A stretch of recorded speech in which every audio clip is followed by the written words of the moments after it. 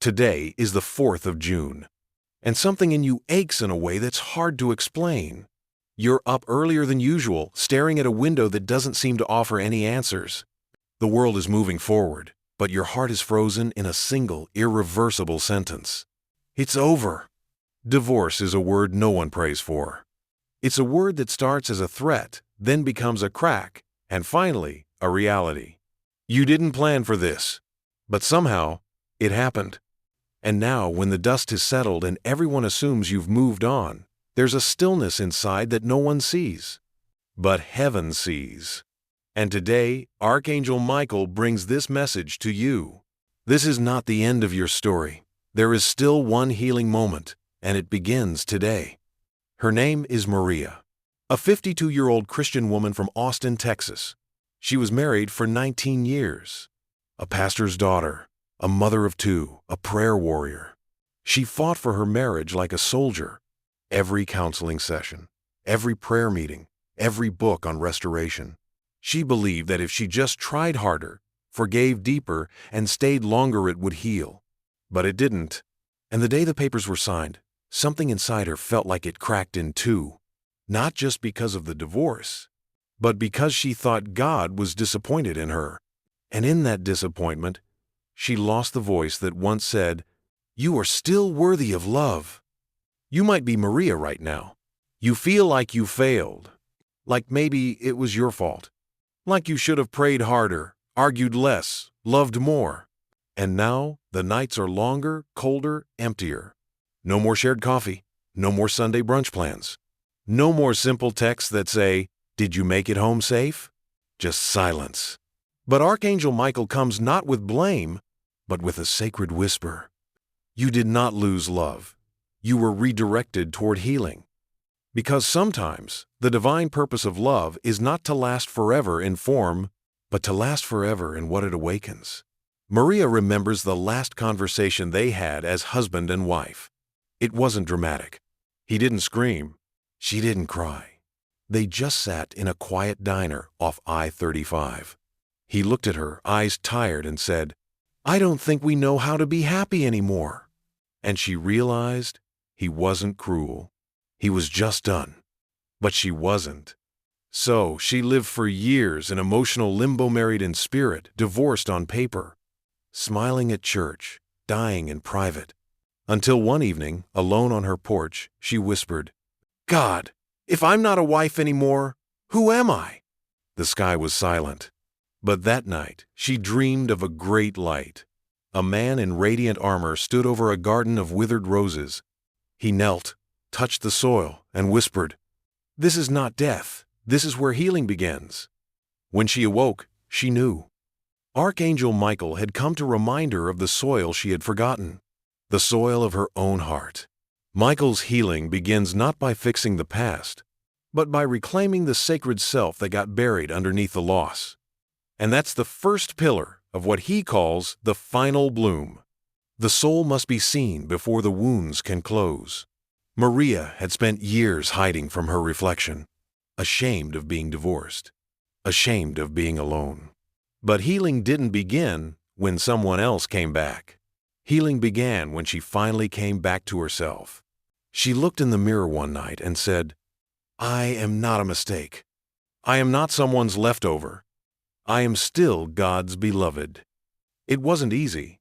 She wept afterward, collapsed onto the bathroom floor. But something cracked open.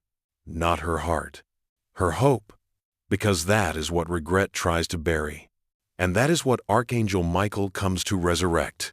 Your hope, not for another marriage, not for someone to say, "I'm sorry," but for the most important moment of all, the one where you stop asking why it ended and start asking what heaven wants to begin. Maria returned to the old church for the first time in months. Not because anyone invited her, not because there was an event, but because she couldn't sleep the night before. A quiet voice in her chest whispered, "Come back to the place where you last felt whole." She sat in the third pew from the front, exactly where she used to when her family filled the row. Now it was just her, the echo of memories around her, the silence almost too loud. She looked up at the cross and whispered, I don't know what to pray for anymore. But heaven did. Archangel Michael teaches that when we reach the bottom of ourselves, when we feel emptied of all our roles, all our identities, all our plans, that's when God begins the real work. Not the work of fixing marriages, but the deeper, holier work of restoring your sacred identity. Because divorce doesn't just break a relationship, it fractures your sense of who you are. Maria used to introduce herself as someone's wife, someone's mother, someone's partner in ministry. Now, she was still a mother, but in her heart, she felt incomplete. Like a book with missing chapters. Like a home where all the furniture had been taken out. Michael's second message in the final bloom isn't about forgetting the past. It's about redefining the soil of your soul. You are not who left, you are who stayed. You stayed kind. You stayed faithful, even when abandoned. You stayed prayerful, even when prayer felt unanswered. You stayed open to healing, even when your heart was full of shards. And that matters more than any label this world or a judge can give you. Maria sat in that church and let the silence wash over her. Then a song came to her mind, one she hadn't heard since the early years of marriage. Blessed be your name when I'm found in the desert place. She hadn't sung in months. But there, barely whispering, voice cracking, she sang those words. And with each word, she felt something shift. Not the room. Her inner ground, like dry soil being kissed by rain. This is the second step in your healing. Let worship return before answers do. Because worship doesn't require understanding. It just requires surrender. And when you surrender, heaven sends new strength. Not to go back, but to move forward as someone finally whole. Michael calls this process the echo exchange. It's when the echo of old identity is exchanged for a new divine name. That night, Maria had a second dream. She stood in front of a mirror, but her reflection wasn't her. It was who she used to be, brighter, bolder, younger, whole. And the woman in the mirror whispered, "You're still in here, but you need to stop looking backward to find me." Maria woke up with tears on her face and a fire in her chest. For the first time, she didn't feel like a divorced woman trying to survive. She felt like a woman becoming new. Here's your invitation from Michael today. Stop rehearsing the reasons it ended. Stop replaying what you should have said. Stop hoping the door will reopen. Instead, reopen the door to yourself. The you that used to sing. The you that used to feel beautiful in the sunlight. The you that still dreams. Because you are not the shell left behind. You are the soul stepping into resurrection. And today on the 4th of June, that process begins in full. But only if you choose to believe the most radical truth of all. You are not broken. You are blooming. Maria spent the next few days in a rhythm that felt like rediscovery. Not of her ex, not of the life she had lost, but of the person she used to be when no one was watching. She began waking up earlier not out of obligation, but longing. Her Bible, once collecting dust by her bedside, now lay open, marked by handwritten notes, tear stains, and verses that clung to her like breath. She wrote again. Not text messages to explain herself, but journal entries that sounded like conversations with God. I don't know who I am anymore, but I'm willing to meet her again. Maria. This is where Archangel Michael's third principle in the final bloom comes alive. You must forgive the reflection before you can walk in resurrection. Because regret after divorce is like a shadow, it follows you into every quiet moment. You may smile at church. You may laugh at work. You may carry yourself with grace. But inside, when the lights are off and the room is still, you ask, what if I ruined everything? Michael's message here is urgent and holy. You didn't ruin everything. You only stopped loving yourself as God sees you. And when that happens, the most dangerous enemy isn't your ex, your past, or the court decision. It's self-condemnation. Maria looked through her old wedding photos one evening. She didn't cry this time. She studied them like you study a museum, painting familiar but distant. There they were, smiling, holding hands, wearing white and hope like a second skin. But instead of mourning the end, she whispered, "Thank you, God, for what that version of me gave." Not bitterness, not sarcasm, but genuine gratitude. Because that young woman gave love the best way she knew how. And even though it ended, it mattered. That's when she realized something profound. Forgiveness isn't just letting them go. It's releasing the version of you that tried to carry everything alone. Forgiveness isn't a feeling. It's a door. Michael calls this step the grace mirror. Here's what he says. Until you speak to the mirror as a friend, you will always see yourself as a failure. So Maria began to speak differently. Instead of, "I should have known better," she said, "I gave more than I had, and that's not weakness, it's proof I loved well." Instead of, "I stayed too long," she said, "I hoped too long, and hope is never a sin." Instead of, "I was too much," she said, "I was honest, and that scared someone who wasn't ready to grow with me." These weren't affirmations. They were absolutions. Forgiveness is not a gift to your past. It's a lifeline to your future. And this is your action step today. Sit down with your reflection, literally. Look into your own eyes and say 3 truths aloud. I did the best I could with the knowledge I had. I am allowed to move on without guilt. God's plan for me did not end when they walked away. This may feel awkward, even painful, but the mirror doesn't lie. It reflects what you give it. So today, give it grace and watch the reflection begin to shine again. Later that night, Maria lit a single candle in the dark.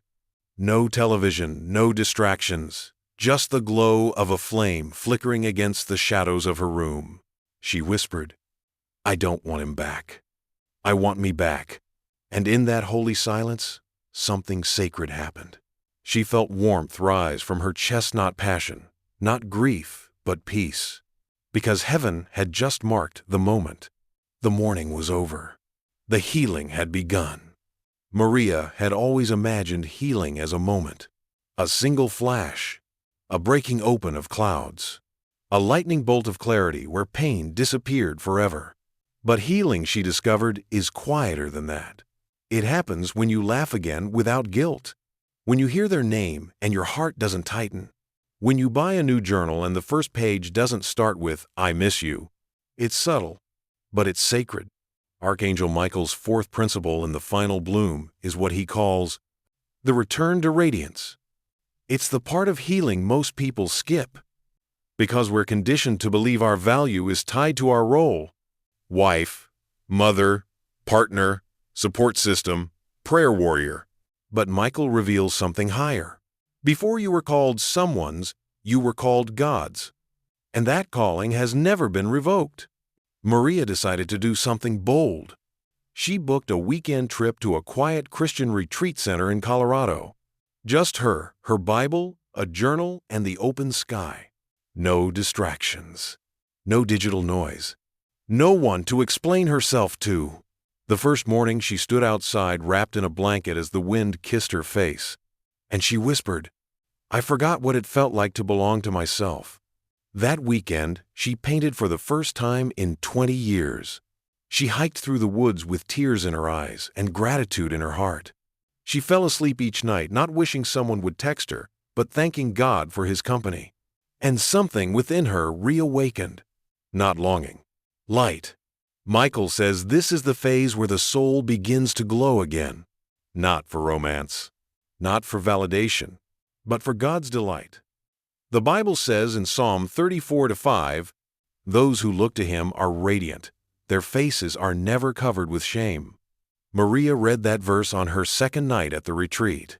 And for the first time in years, she believed it applied to her. Not the old her. Not the married her. Not the broken her. But this her. This woman who had endured heartbreak and refused to let it define her. This woman who no longer begged God to undo the past, but asked him to use it. This woman who, for the first time since her divorce, looked in the mirror and thought, "I'm beautiful, not because someone says so, but because I'm still standing." This is your invitation now. Radiance doesn't come after someone returns. Radiance returns when you come home to yourself. Your glow isn't gone. It's buried beneath comparison, guilt, and shame. It's time to unearth it. Do one thing this week that is purely for your joy. Go somewhere alone. Buy yourself flowers. Dance in your living room. Start the hobby you shelved when love became work. Because when joy returns, wholeness follows. And when wholeness rises, so does your future. Maria returned from the retreat changed. Not because her circumstances changed, but because she had been reminded of her divine identity.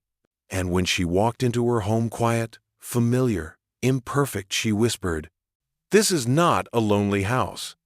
This is a sanctuary. And I am not a woman left behind. I am a woman God has led forward." Before she went to bed, she lit a candle and said one last prayer. "God, if this was never about going back, then let my next season be about going deeper, deeper into who you made me to be." And in the silence that followed, she felt the softest warmth on her shoulders, like angels' wings brushing against her skin. Michael's final lesson was almost here. But Maria already knew the truth. She hadn't just survived the divorce. She had survived the forgetting of herself. And now, she was finally coming home.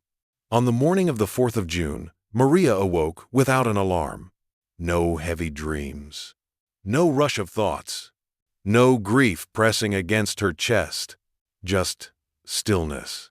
And something else? A presence. She couldn't explain it, but she felt it in her room. Warm, gentle, watchful. She walked to the window, pulled the curtain aside, and whispered, "I know you're here." And in that quiet moment, she heard the words as clearly as if someone had spoken them aloud. "This is your final healing moment." Archangel Michael's last principle in the final bloom is called the anointed return. But don't mistake the word return for reconciliation with someone else. Michael isn't talking about their return. He's talking about yours. Your return to peace, to identity, to joy, to divine alignment. Because the deepest regret that follows divorce is not just about losing love. It's the feeling that you lost yourself. But Michael says, you never lost yourself. You walked through the fire. And now you carry light. Maria stood at the edge of her small garden, the one she had neglected during her darkest season. She touched the dry soil. "I should have kept this alive," she murmured. But then she felt a breeze lift the hair from her face, and something inside whispered, "You are the garden, and you are still alive." In that moment, she decided, no more apologies for how long healing took. No more shame over what ended. No more guilt for being someone who tried. Here is what Michael needs you to hear. You are not disqualified. You are not forgotten. You are not half a person. You are a soul God trusted to carry this exact story. Not so you could ache in silence, but so you could walk others home through the same valley. Maria didn't go back to her ex. She didn't need to. She moved forward into a life that was richer, deeper, and more sacred than anything she had planned. She began volunteering at her church again, started a women's group called The Redeemed Room, a space for women healing from heartbreak, no shame allowed, only sacred stories. And every time someone sat across from her with trembling lips and tear-filled eyes, she said, "I know what it feels like, and I promise this is not the end of your love story. It's the beginning of your wholeness. This is your final healing moment. Not because your tears are over, but because you finally believe your tears have purpose." Michael's last invitation is this: bless the version of you that broke, but do not build your future from her pain. You have earned the right to dream again, to love again, not just others, but yourself, to rest, to glow, to rise. And if one day love does return in a new form, it will not complete you, because you are already whole. Maria lit her final candle that night and placed it beside a small handwritten note. It read, I forgive who I was. I honor who I've become, and I welcome what heaven has next. That night, she slept with the windows open, letting the breeze carry her story away and heaven's peace drift in. Because she was no longer defined by what ended, she was defined by what endured. Her faith, her healing, her radiant, irreversible return.